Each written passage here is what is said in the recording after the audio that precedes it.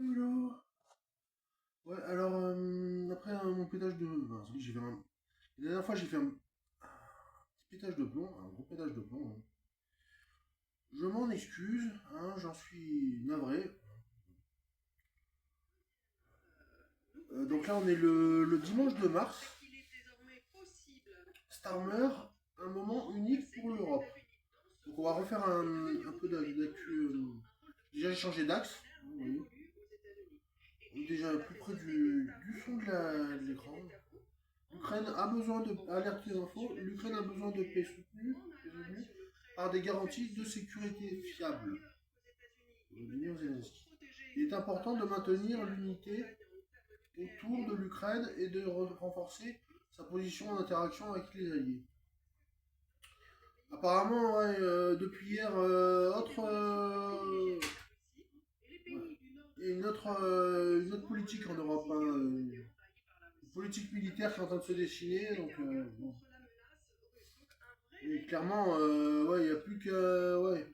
Bon, c'est pas la menace américaine, enfin, la menace russe, la menace américaine. Mais c'est vrai qu'ils sont pas européens, ces gens-là. Ils peuvent pas tout saisir, tout comprendre. Bon. Il y a même le drapeau turc, hein, je veux dire, il y a le drapeau turc, hein, dans le district, il y a même le drapeau turc. Le drapeau monégasque, il y a Monaco, il y a la Turquie, il y a tout le monde. Hein. Donc là, il y a Macron, il y a Sarmer, il y a tout le monde, il y a Friedrich, là. Friedrich, merde, c'est même Friedrich, là. Friedrich. Si vous nous regardez de 3 hein, Friedrich, respect quand même, respect. Enfin, pas trop en vert, mais. Tout le monde en Europe va devoir donner plus pour soutenir l'Ukraine. Marc Rutte. Ouais, les garanties fiables, elle va les trouver au sein de l'Europe. Les garanties de sécurité, elle va les trouver au sein de l'Europe. Hein. Et que au sein de l'Europe. Voilà. Starmer, un moment unique pour l'Europe. C'est bien. C'est bien. Ce qui n'est pas normal, c'est qu'il y a encore Justin Trudeau, quoi. Hein. Justin Trudeau, il est pas européen, il est au Canada, mais il y a Justin Trudeau. Allez comprendre pourquoi il y a Justin Trudeau. Je sais pas. Il y a encore Trudeau. Il me semble. J'ai pas compris pourquoi il y avait Justin Trudeau, par contre.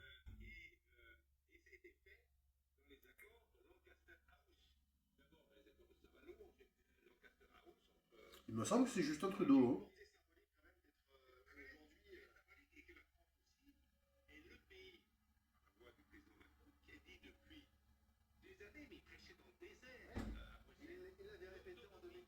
Ouais. Il est important de maintenir l'unité autour de l'Ukraine et de renforcer sa position en interaction avec les alliés.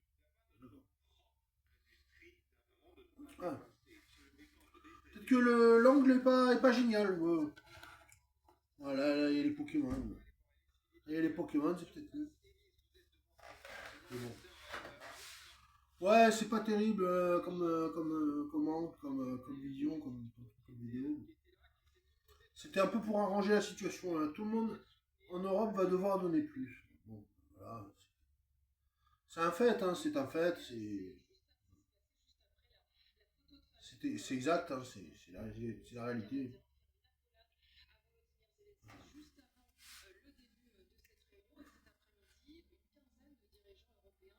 Voilà, là, il y a une quinzaine de dirigeants européens.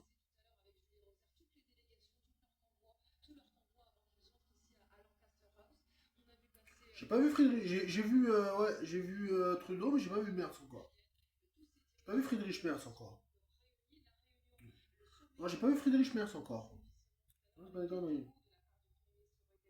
Starmer, Zelensky, il y a Trudeau.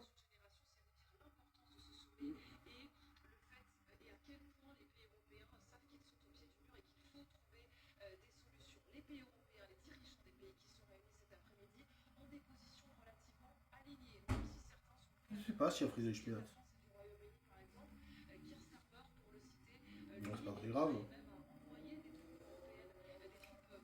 On a vu Georgia Meloni au début. Faut aussi changer de chaîne.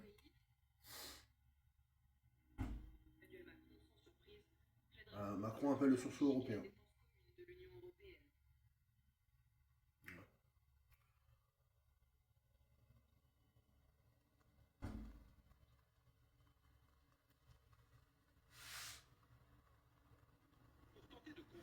Elle bug pas mal la télé. Hein.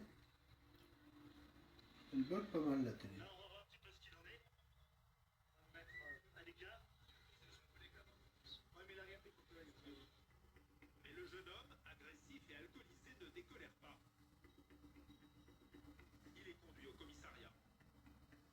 Ouais, bon.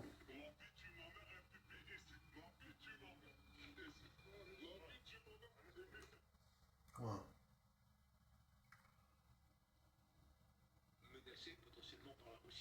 L'Europe face au choix des armes.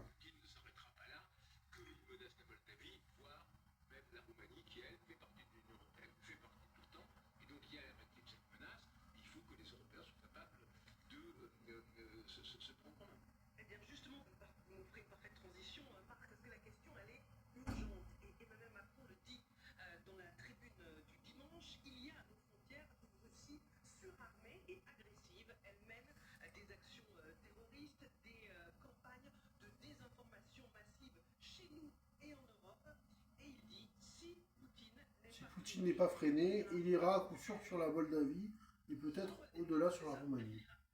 La tribune dimanche. Ouais, c'est ça.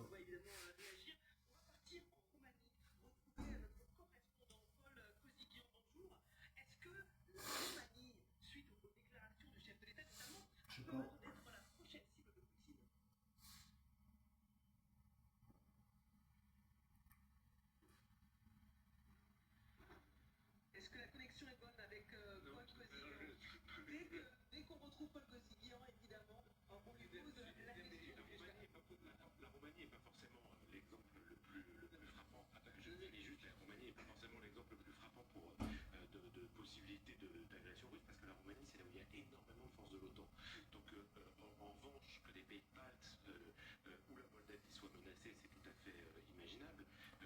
Ouais.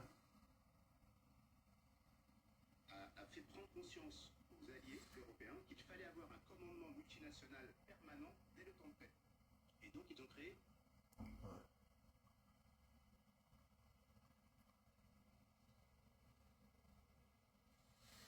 Toujours de la 15.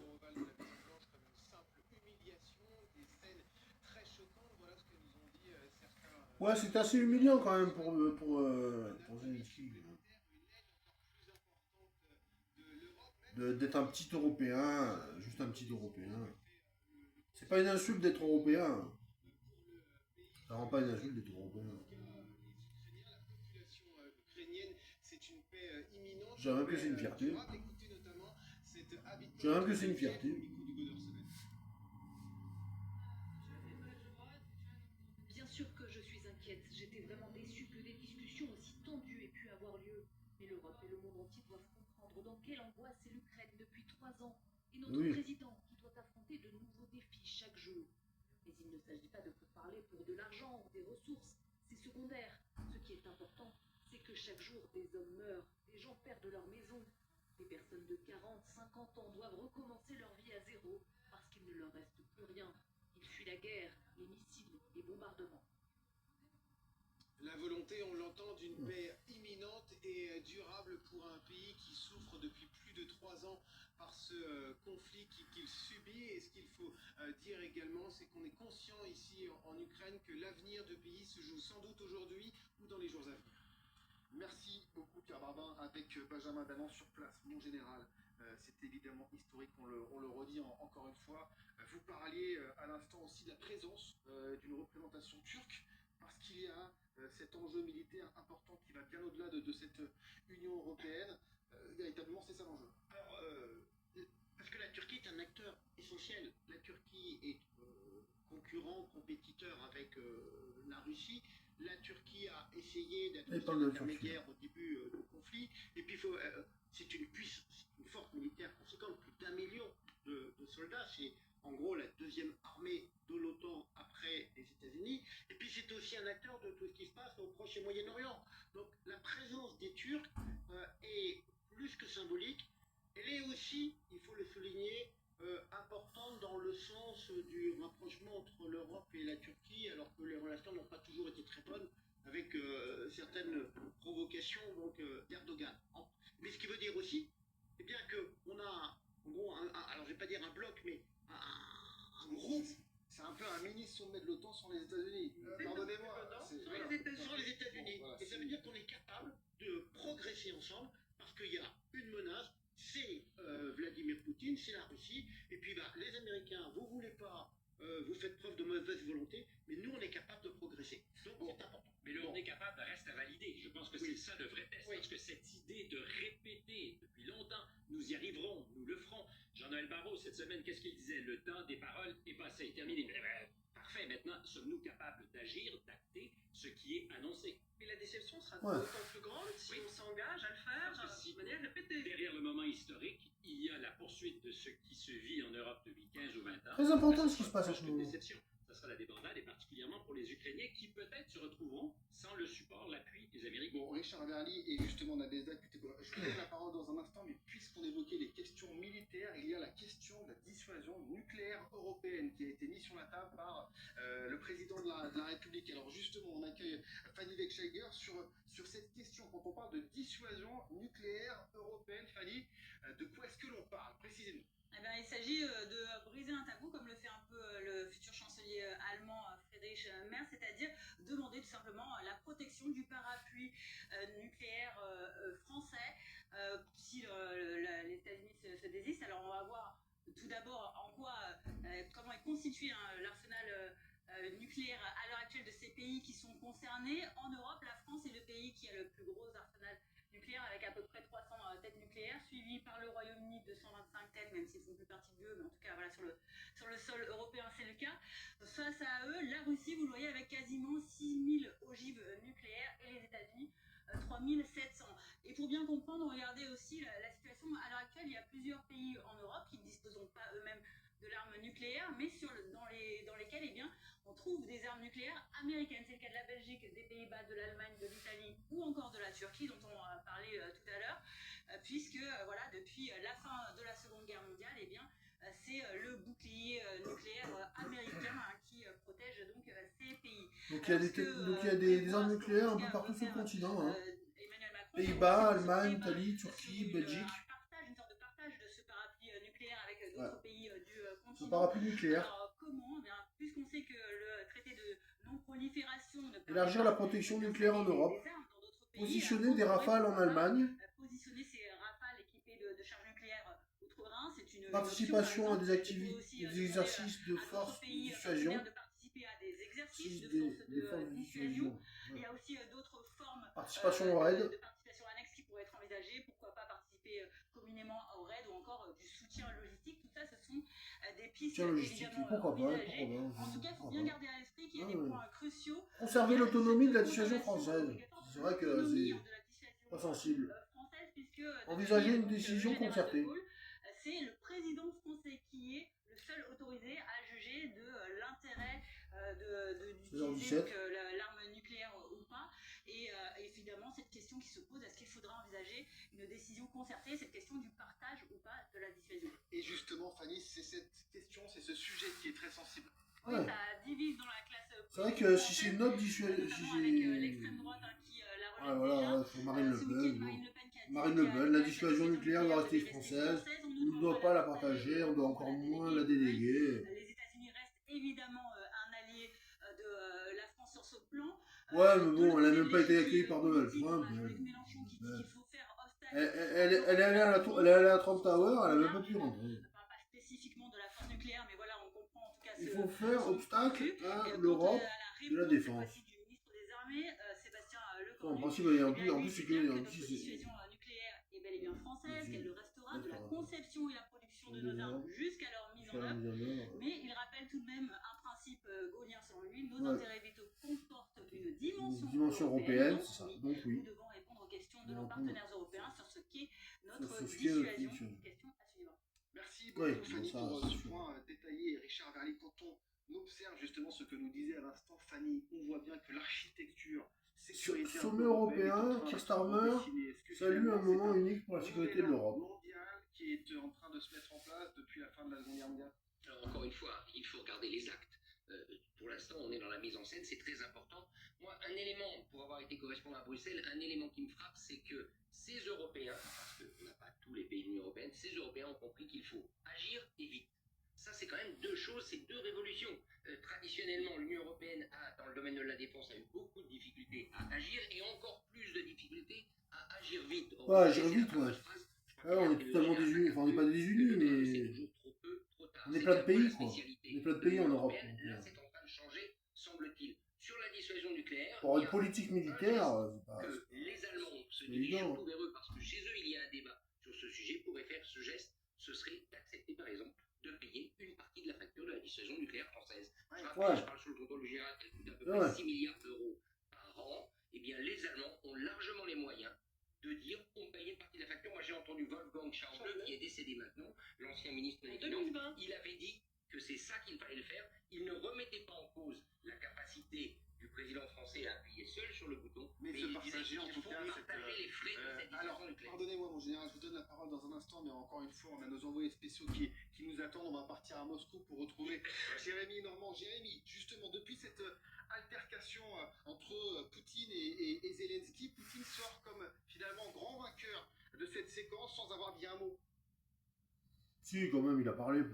Oui, absolument. Vous le savez, la Russie a donné au Si, monde il a parlé. ses meilleurs joueurs de poker, d'échecs, pardon, et ben, on a l'impression justement d'assister à une partie d'échecs. Parce que Vladimir Poutine, il observe les manœuvres hier, avant-hier, et bien de Volodymyr Zelensky à Washington. Bon, il n'a pas dit grand-chose, mais il a dit des trucs quand même. Un communiqué de presse. Et il y a aussi simplement que réaffirmer les exigences de Lavrov, la Lavrov, Russie, Lavrov, avec qui a parlé. des positions Et Lavrov, annexées il a parlé. en Ukraine, la démilitarisation. Lavrov, il a parlé, donc c'était les affaires étrangères. Lavrov, il a parlé, donc Vladimir c'est Poutine bon. ne communique pas, il attend de voir ce qui va. Il a laissé parler Lavrov, donc c'est bien. À Londres, donc c'est le silence ici. Et justement, ce qui est impressionnant ici, quand on regarde les chaînes de télévision, c'est qu'on ne fait que très peu de cas finalement de ce qui se joue aujourd'hui en Europe. Il y a beaucoup d'images du champ de bataille, il y a beaucoup d'images de Vladimir Poutine, mais ce qui se passe en Europe est complètement absent des écrans de télévision. Parce qu'il faut bien le dire, ici en Russie, on est dans une forme de bulle informationnelle. Et lorsqu'on discute avec les gens, là on est à côté du Kremlin, vous le voyez sur ces images de Clément Granon, il y a beaucoup de gens qui viennent, on est dimanche, se balader autour du Kremlin. J'ai passé une super journée. Ils étaient au courant, C'est bien très peu creusé. étaient au courant de ce qui se joue aujourd'hui. Je vais vers après 10 heures. De Volodymyr Zelensky et de Trump à la Maison Blanche. Certains s'en réjouissent, et lorsqu'on leur demande ce que devrait faire aujourd'hui Vladimir Poutine pour arriver à la paix, ils nous disent mais Vladimir Poutine ne s'occupe pas de politique, il s'occupe de la guerre, il s'occupe de gagner des positions en Ukraine. Donc voilà, certains tiennent un langage extrêmement belliciste, et d'autres nous confient avoir des amis en Ukraine, nous confient regarder tout cela avec inquiétude et espérer ne pas être appelés à rejoindre l'armée, parce que on le sait ici, il n'y a pas la conscription de façon aussi contraignante qu'en Ukraine, mais bien sûr beaucoup d'hommes sont appelés sous les drapeaux. Alors lorsqu'on croise de jeunes hommes, des hommes dans la trentaine, dans la quarantaine, on leur parle. Qu'est-ce que c'est con la guerre, vraiment. vraiment. Parce que quand même beaucoup espèrent. Comme je disais, c'est les haineux, c'est les rageux, c'est les violents. Merci beaucoup, Jérémy Normand, C'est avec con, Clément Granon. Alors, Nadezhda Kutebova, je vous promets que je vous donne la parole juste avant une petite pause. Demain, 8h30, on est au Taillot, ministre de l'Intérieur. Avoir votre regard sur ce qui se passe 122, édition spéciale, long de sommet décisif. Après ces déclarations, restez sur BFM TV. Suivre Zelensky, l'Europe en ordre de marche. Vous allez voir, c'est celle de Donald Trump qui joue au golf. On la verra tout à l'heure, tout de suite. Donald Trump qui joue au golf. Je crois que vous en avez assez pour aujourd'hui, les amis. Il y en a assez là. Abonnez-vous, mettez un pouce, commentaire. Comme souvent, comme il y a une info qui vous. Quelque chose que vous avez à raconter, quelque chose que vous avez à dire là-dessus. Donnez-moi votre opinion là-dessus. C'est toujours utile. On laisse un peu une preuve, on laisse une trace de tout ça, de ces moments d'histoire.